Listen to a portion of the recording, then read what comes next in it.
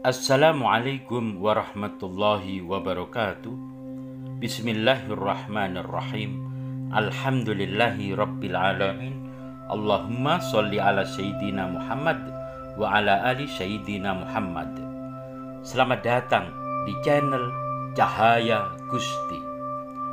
Pada pertemuan ini kita akan membahas tentang sebagian orang dan kelompok mengatakan bahwa kisah Isra Mi'raj yang dialami oleh Nabi Muhammad itu hasil jiplak atau copy paste dari keyakinan agama lain, yaitu yang berasal dari kitab Ardawiraf dari agama Zoroaster yang mengisahkan seseorang naik ke surga ketemu dengan Ahura Mazda, yaitu Tuhan dalam agama Zoroaster, dan dari kitab Henok, yaitu kitab Yahudi kuno yang berisikan kisah Nabi Henok atau Nabi Idris naik ke surga ketemu dengan Tuhan. Benarkah tuduhan-tuduhan mereka itu semuanya? Lihat terus di channel Cahaya Gusti ini, kita akan bahas sampai tuntas. Yang pertama, kita akan membahas tentang kitab Ardawiraf. Kitab Ardawiraf ini adalah sebuah kitab Persia kuno dalam agama Zoroaster yang berasal dari Persia.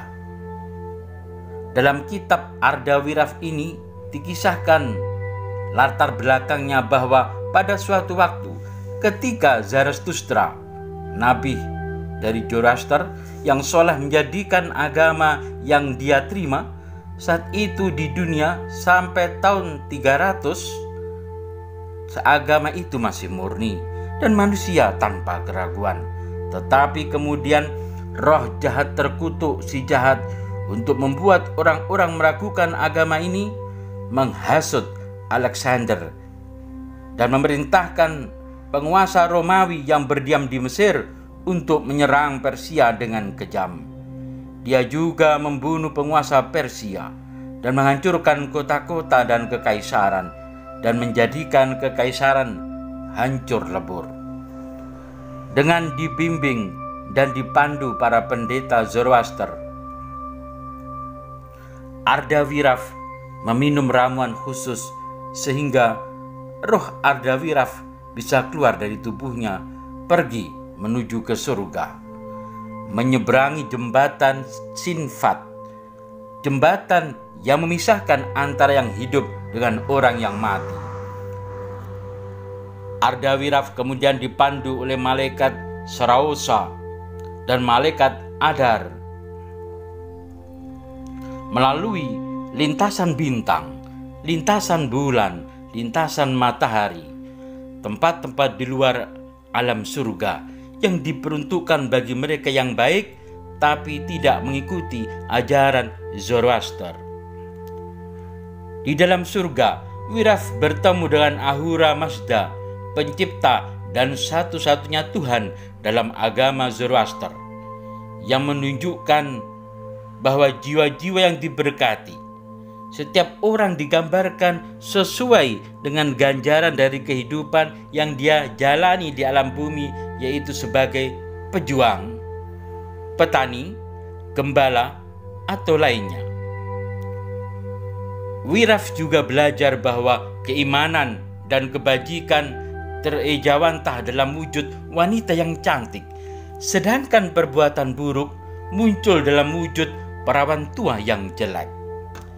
Dengan pembimbingnya, Ardawiraf kemudian turun ke neraka untuk melihat penderitaan orang yang jahat.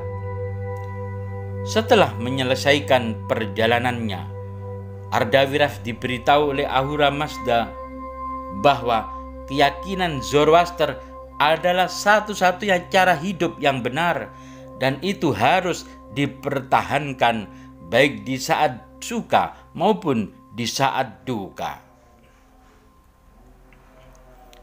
Yang kedua, kita akan membahas tentang kitab Henok.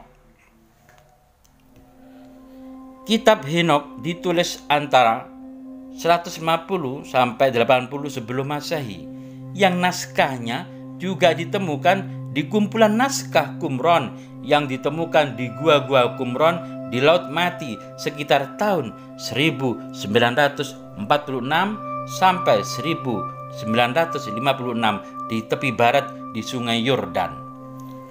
Kitab ini adalah kitab apokrifa Yahudi atau kitab yang tidak diakui oleh orang Yahudi juga Kristen. Kitab Henokh atau dikenal juga sebagai kitab Nabi Idris adalah suatu tulisan keagamaan Yahudi kuno. Secara tradisi dianggap berasal dari Henokh atau Nabi Idris, kakek buyut Nabi Nuh. Dilihat dari asal-usul penulisannya, para akademisi modern memperkirakan kitab ini ditulis dalam kurun waktu yang berbeda-beda. Bagian tertua di dalam kitab ini, terutama kitab para penjaga, diperkirakan berasal dari tahun 300 sampai 200 sebelum Masehi. Adapun bagian terbaru, yaitu kitab perumpamaan, kemungkinan berasal dari kurun tahun 100 sebelum Masehi. Di kalangan Yahudi, kitab ini tidak dipandang sebagai bagian dari kanon Biblika selain oleh pengikut Yahudi Ethiopia. Demikian halnya dalam tradisi Kristen. Mungkin sebagian masih menerima kitab Henokh untuk kepentingan historis dan teologis, tetapi umumnya memandang kitab Henokh sebagai kitab non-kanonik. Di kalangan Kristen sendiri, hanya pengikut gereja Tewahedo Ortodoks Ethiopia dan gereja Tewahedo Ortodoks Eritrea yang menganggapnya sebagai kanon. Perjalanan Nabi Henokh menuju surga. Dalam kitab Henokh dikisahkan bahwa Nabi Henokh atau Nabi Idris, pasal pertama, Nabi Henokh didatangi sepasang malaikat bersayap yang sangat besar berbaju putih. Pasal ketiga, Henokh dibawa ke surga tingkat pertama dan menempatkannya di awan. Pasal keempat, Henokh melihat 200 malaikat bersayap mengatur bintang dan melayani surga. Pasal ketujuh, Henokh dibawa ke surga tingkat kedua, melihat kegelapan, tawanan-tawanan yang sedang disiksa. Henokh bertanya jawab mengenai hal tersebut. Pasal ke-8, ia dibawa ke surga tingkat 3, melihat Taman Eden dan neraka. Pasal ke-11, Henokh dibawa ke surga tingkat 4, mempelajari matahari dan bulan. Pasal 18, ia dibawa ke surga tingkat 5. Pasal 19, ia dibawa ke surga tingkat 6. Pasal ke-20, Henokh dibawa ke surga tingkat 7. Pasal 21, ia melewati dan melihat surga tingkat 8 dan 9. Pasal 22, ia sampai ke surga tingkat 10 yang dinamakan Arawot, tempat bersemayamnya Tuhan. Tuhan sangat luar biasa, mengagumkan dan menakutkan. Wajahnya seperti besi yang dibakar panas dalam api, memancarkan percikan api dan pijar. Wajahnya yang sangat aneh dan tak terlukiskan. Tahta Tuhan yang agung. Michael meminta Tuhan untuk mengizinkan Henokh atau Nabi Idris tinggal di hadapan tahta Tuhan selamanya. Tuhan menyuruh Michael mengeluarkan Nabi Henokh dari pakaian duniawinya. Setelah diurapi dengan minyak, Nabi Henokh telah menjadi seperti orang-orang yang mulia. Paduan suara berdiri di sekelilingnya, berikut kerub dan tentara serapin, nyanyian mereka yang tidak pernah diam.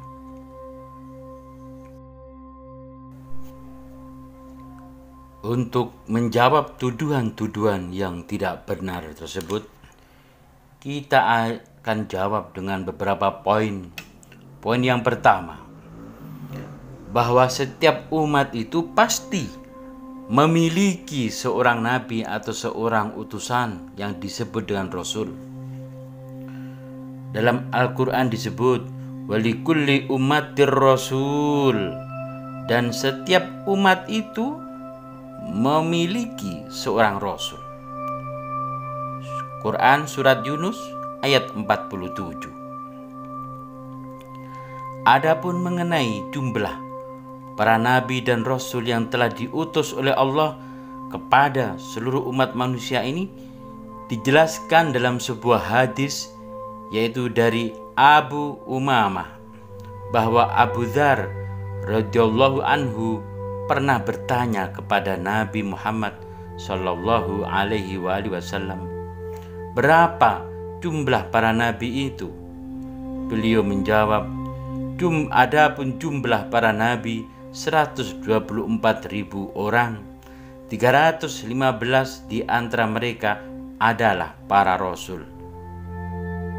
Hadis riwayat Imam Ahmad.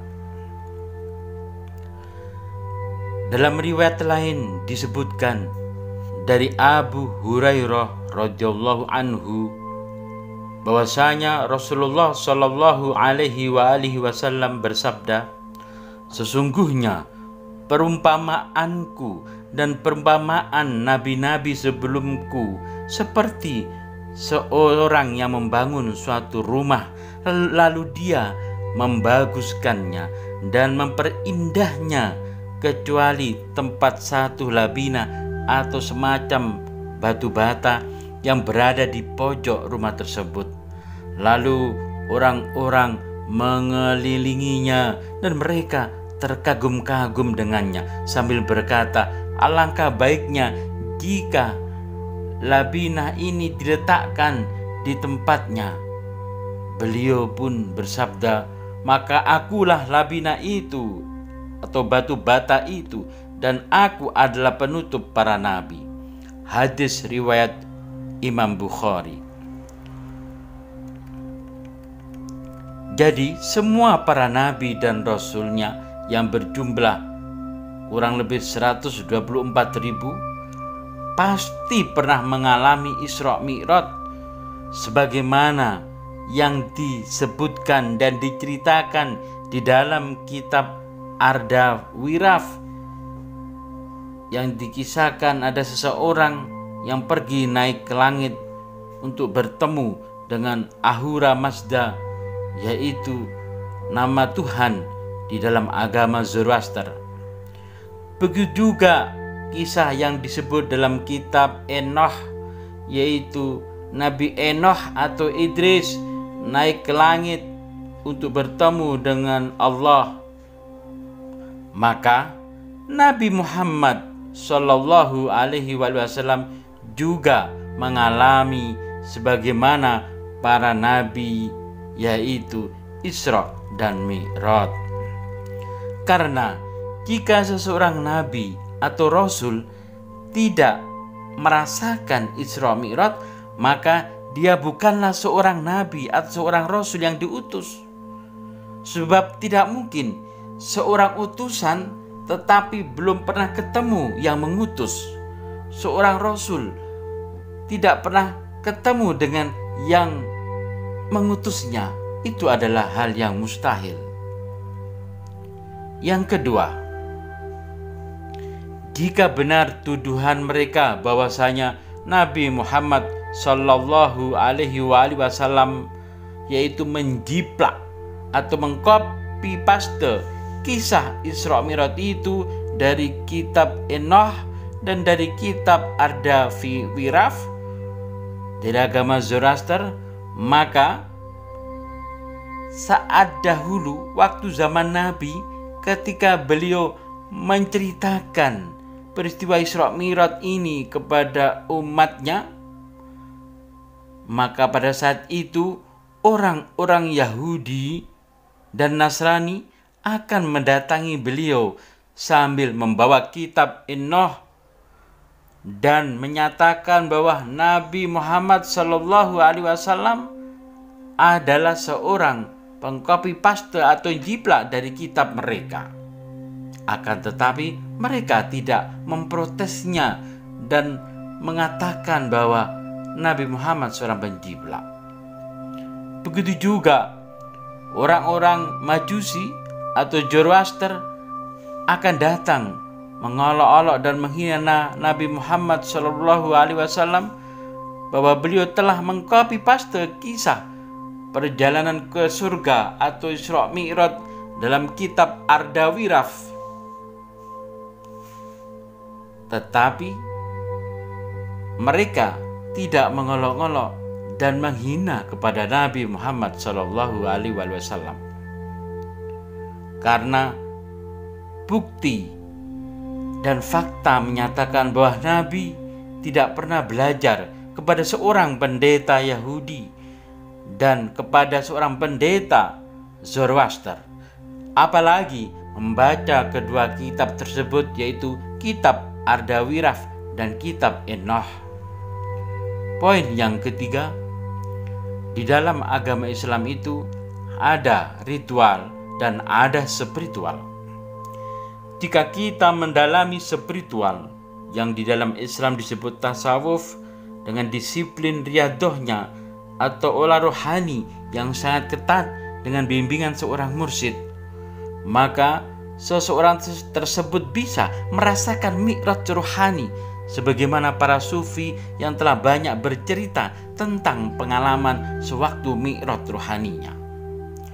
Berbeda memang dengan agama yang hanya mengajarkan dogma atau akidah keyakinan saja, yang tidak ada laku disiplin rohani yang ketat, maka mereka tidak memiliki pengalaman perjalanan rohani, sehingga tidak mengherankan jika mereka menganggap bahwa Isra Mi'raj itu adalah suatu hal yang mustahil dan tidak masuk akal, dan mereka menganggapnya sebagai dongeng cerita dan halusinasi.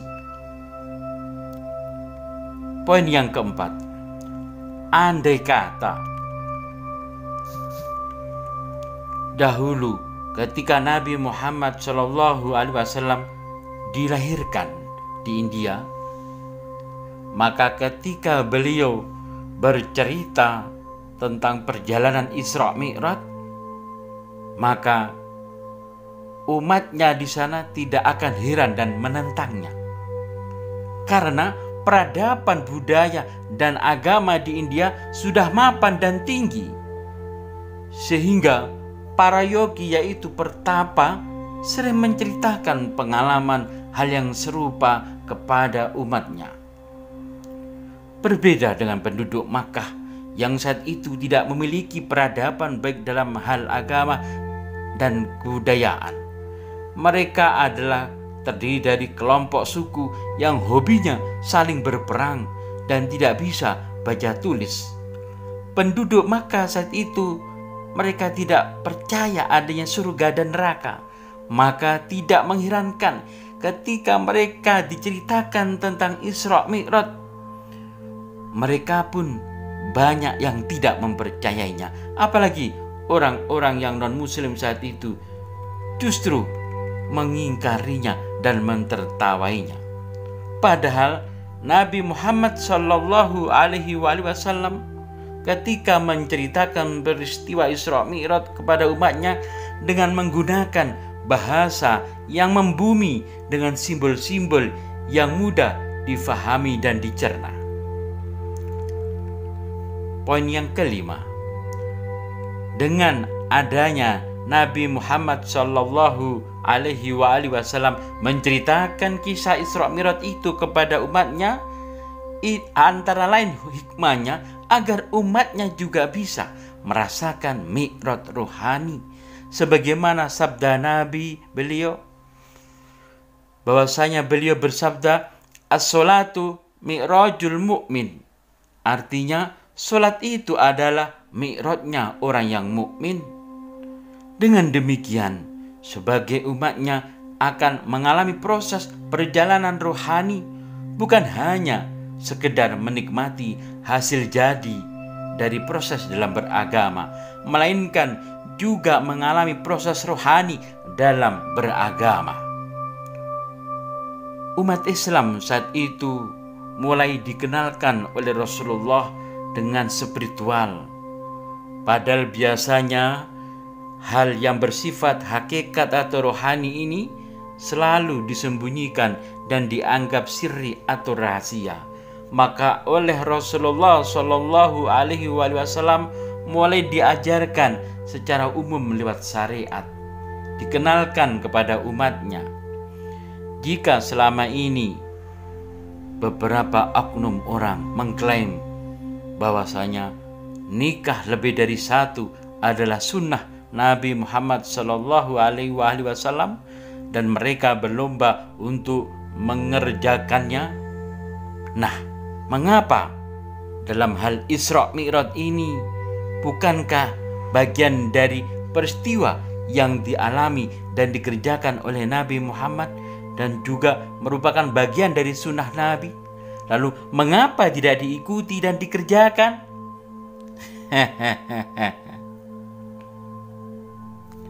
Semoga jiwa kita semakin bercahaya dan tercerahkan. Jangan lupa subscribe dan tekan tombol lonceng. Sampai jumpa lagi dalam pertemuan selanjutnya. Wassalamualaikum warahmatullahi wabarakatuh.